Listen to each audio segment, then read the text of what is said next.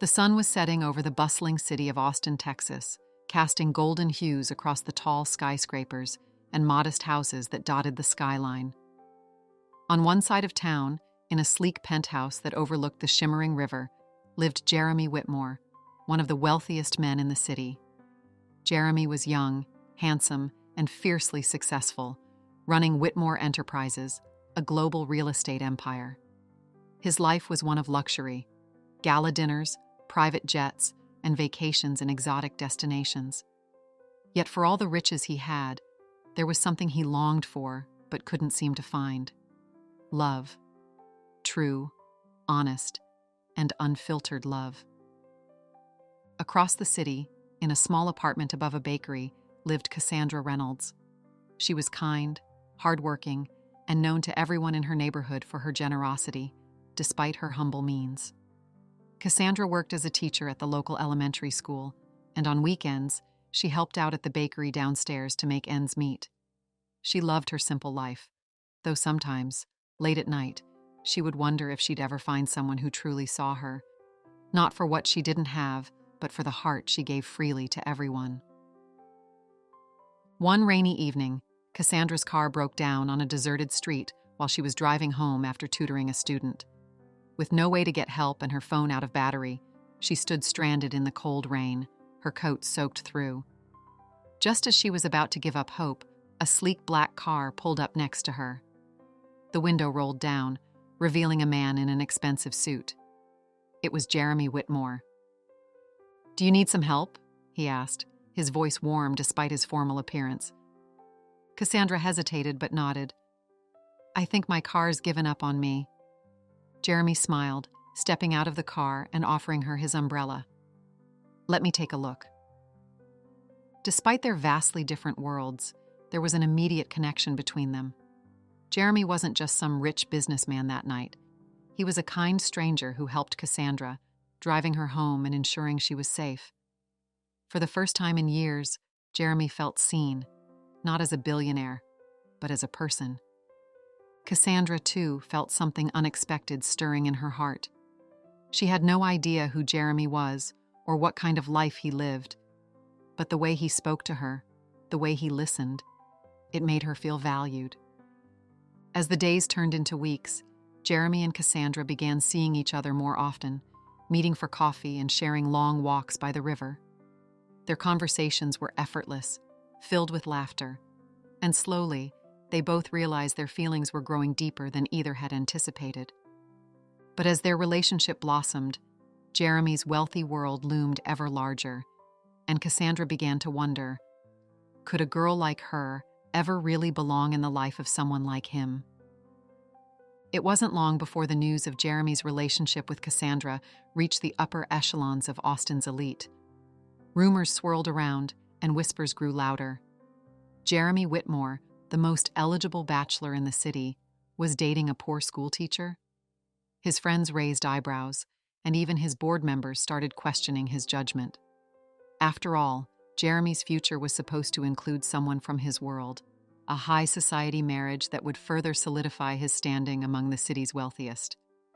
But the most pressure came from Jeremy's father, Harold Whitmore, a man who had built the Whitmore empire with his own hands and had very clear ideas about what was best for his son. "Jeremy," his father began one evening over dinner, his voice firm but not unkind. "You're the heir to this company, and with that comes responsibility. This Cassandra. She's not from our world. You need someone who understands what it means to be a Whitmore." Jeremy set down his fork, meeting his father's gaze with a quiet resolve. "Cassandra makes me happy, Dad.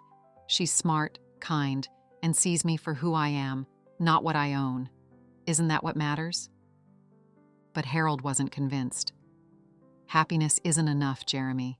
Think about the future, about your legacy." On the other side of town, Cassandra was facing doubts of her own. She could feel the gap between her life and Jeremy's growing with every passing day. His friends were polite but distant, as if unsure how to talk to her.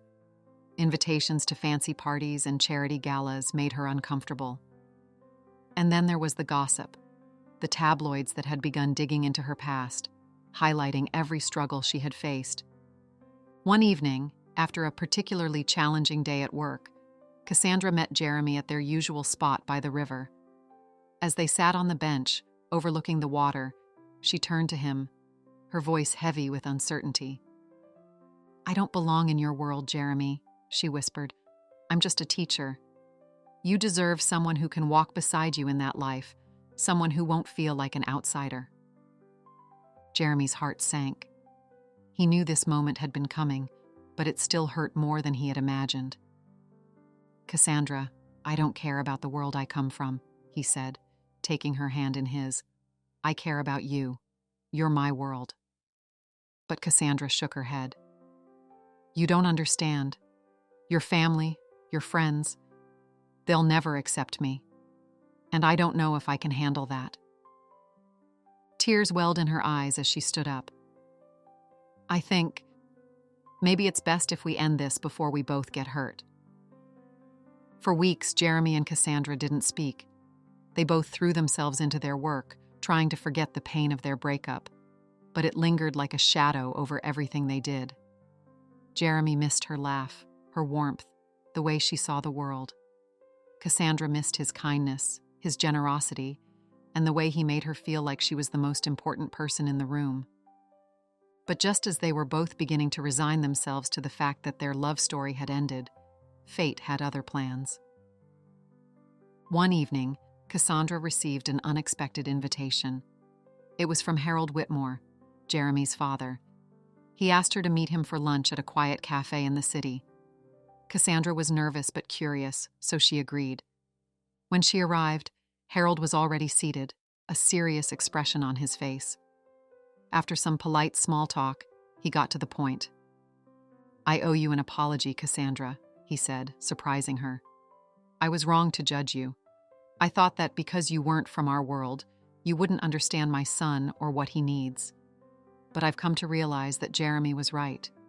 You see him for who he is, and that's something money can't buy." Cassandra was taken aback by his words, but before she could respond, Harold continued. "Jeremy hasn't been himself since you two parted ways.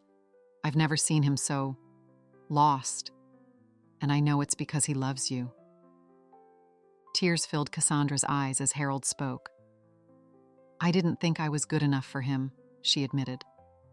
Harold smiled gently. "Cassandra, you're exactly what he needs, and if you'll have him, I believe you'll make him happier than anyone else ever could." Later that night, there was a knock on Cassandra's door. When she opened it, she found Jeremy standing there, looking hopeful but nervous. "I love you, Cassandra," he said softly. "I've always loved you, and I don't care about what anyone else thinks. I just want to be with you." Cassandra's heart swelled as she realized that, despite their different backgrounds, their love was strong enough to overcome anything. With a smile, she stepped forward and wrapped her arms around him. "I love you too, Jeremy," she whispered. And so, against all odds, the rich man and the poor woman found their way back to each other. They were married in a small, intimate ceremony, surrounded by the people who mattered most. Those who saw them not for their wealth or status, but for the love they shared. And as they stood together, hand in hand, they knew that no matter what challenges the world threw their way, they would face them together. Because in the end, love was the only legacy that truly mattered.